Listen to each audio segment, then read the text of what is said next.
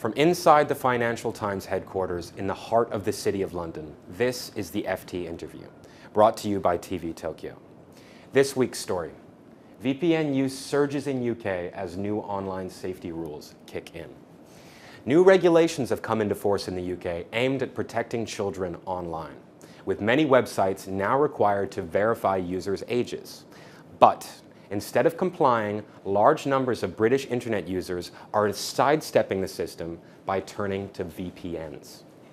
A VPN, or virtual private network, is a tool which allows internet users to hide their location, making it appear as if they're browsing from another country, and in doing so, bypassing the new restrictions entirely. To unpack what the new Online Safety Act means and how people are responding to it, we spoke with Tim Bradshaw, the FT's global tech correspondent.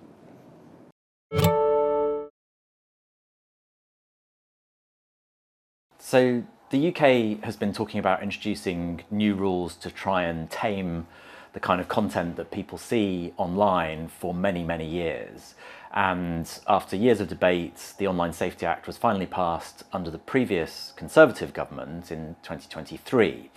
But because this is one of the first pieces of legislation anywhere in the world to really try and put strict rules around what children can see online and even what adults can see online, and hold some of the biggest and smallest tech companies in the world responsible for enforcing that, it's taken a couple of years for them to figure out how to do that. So what we saw in the past week is the most strict part of the rules starting to come into force, which is around what people who are under the age of 18 are able to see online in the UK. And so that requires a number of things from tech companies and online video providers. It means that they need to know who is over 18 and who is under 18. It needs to find ways of verifying that in a way that the UK's media regulator Ofcom thinks is robust. And then it needs to know which content falls under the rules that is for adults and which is for children. And so in some areas, that's fairly straightforward. Pornography is clearly something that the government has decided should be for over 18s. Everybody knows what pornography is. There is a second tier of content which is deemed to be harmful, which includes areas like information around suicide and self-harm, which in the UK in particular, there's been a real outcry over children being exposed to it. And very sadly, some children have taken their lives as a result of encountering that kind of content on really mainstream social media sites. And so the biggest platforms for online social media in the world, TikTok, Instagram, YouTube, are all having to introduce new age verification technology as well to ensure that children don't just stumble across that kind of content, even though their own rules prohibit posting that kind of thing online.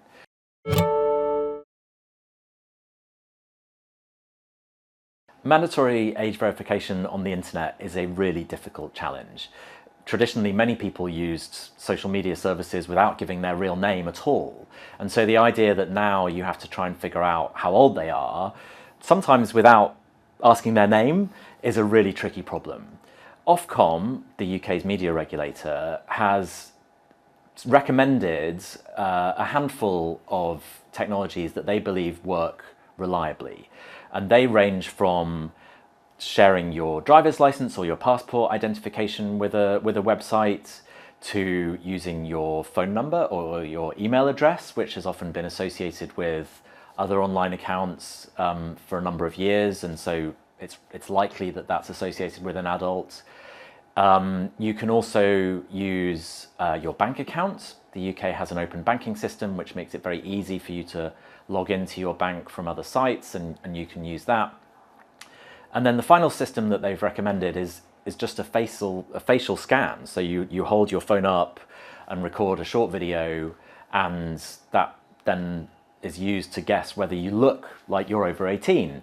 And the final option, age verification technology providers tell me, is by far the most popular among regular users for doing this. particularly if we're talking about age verification for adult websites. Many of them do not want to hand over their driver's license or their credit card details to a porn site. So actually, even though it seems strange that they are showing their face to it, it's just a face. It doesn't know your name or where you live.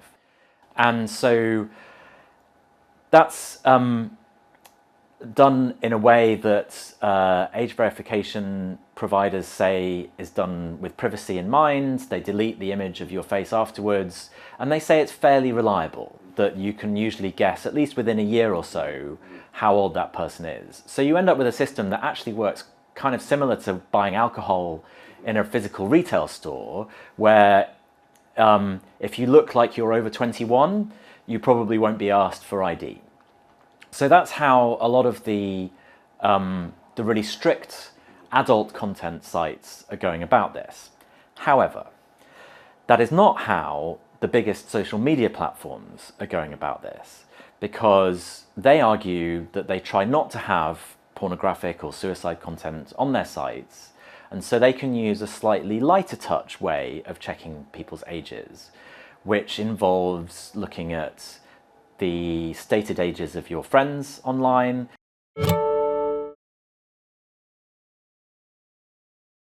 So VPNs, or virtual private networks, are a very established technology online for effectively disguising your physical location to the website that you're visiting. That means that your regular internet service provider or your mobile phone network can't see where you are.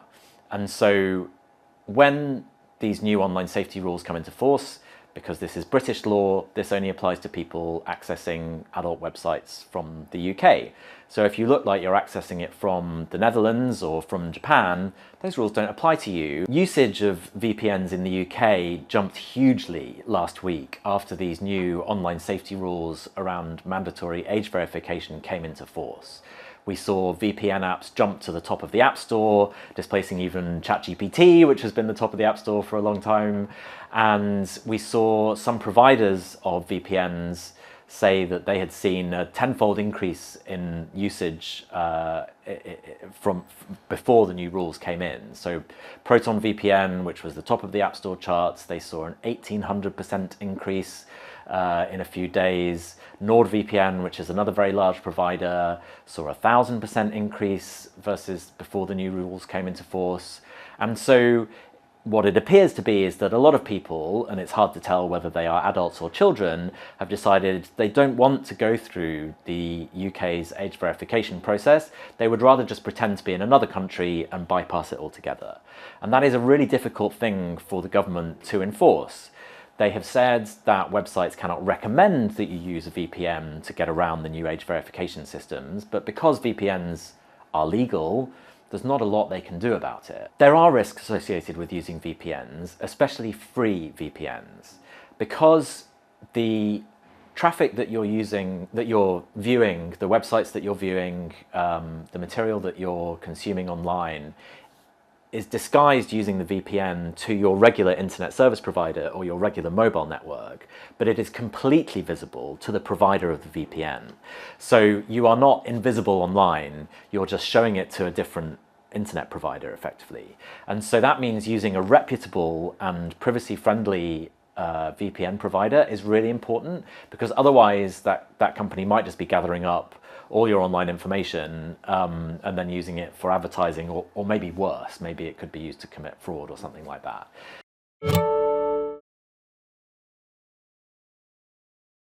There is a reason that large parts of the internet have not required age verification before, over the past 30 plus years that the web has been around, is that it's just really, really hard to do reliably. And so I think criticism that there are holes and ways of getting around the Online Safety Act's age verification regime are legitimate, but it's also just a problem that I don't know if it can ever really be solved. It's a really hard argument for the government to make, to say, hey, you please use this, please go through the legal system, when you can just flip a switch on your phone and suddenly you're in the Netherlands or America. And so I do think there is a responsibility for the broader community here, not just the government.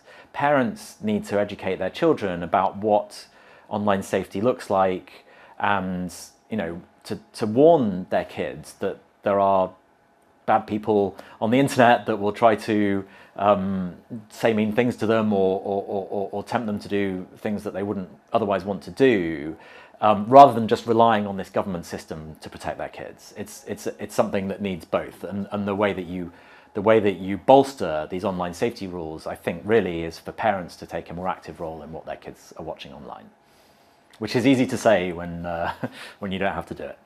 It is tough to see how this problem can be solved. It's something that has taken many years to even agree on what the law should look like, and even after it was passed, many people in Britain disagree with certain aspects of it. We've seen opposition politicians calling for it to be repealed entirely, which I think risks throwing the baby out with the bathwater. There are good intentions behind this legislation, but the devil is in the detail of how it is implemented and how Ofcom chooses to enforce it. I think it is right to go after porn sites in particular and make sure that they have very robust age verification, because that is clearly content that is not appropriate for a 13-year-old. I think it is also important to make sure that the big social media platforms that are used by billions of people around the world enforce what they say are their own rules about keeping children safe online.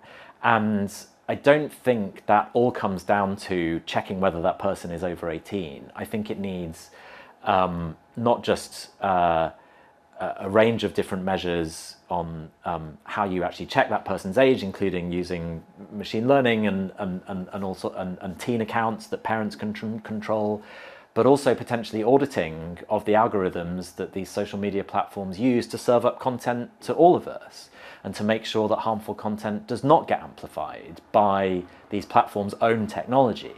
I think that is also part of the legislation, but I think ultimately we have seen the big tech companies step up and become more responsible than they were a decade ago in controlling what is shown to children, but I don't think it's the end of the road for that. And I think more pressure from lawmakers around the world will only make these platforms better for everybody. And in fact, we've already seen improved age assessment technology roll out by YouTube in the US following the changes that they're being required to make in the UK. And so actually, if the UK's online safety legislation does anything, it forces companies that are not based in the UK to raise the bar for safety online for the whole world. As the UK continues to take bold steps, other countries like Australia are watching closely as they plan to put in their own regulations to keep children safe online, weighing the same balance between safety and freedom. But with growing resistance from the Trump administration and the rising use of VPNs, the question now is whether these laws can truly shield the youngest users in a borderless digital world. From London, this has been the FT Interview. Thank you for watching.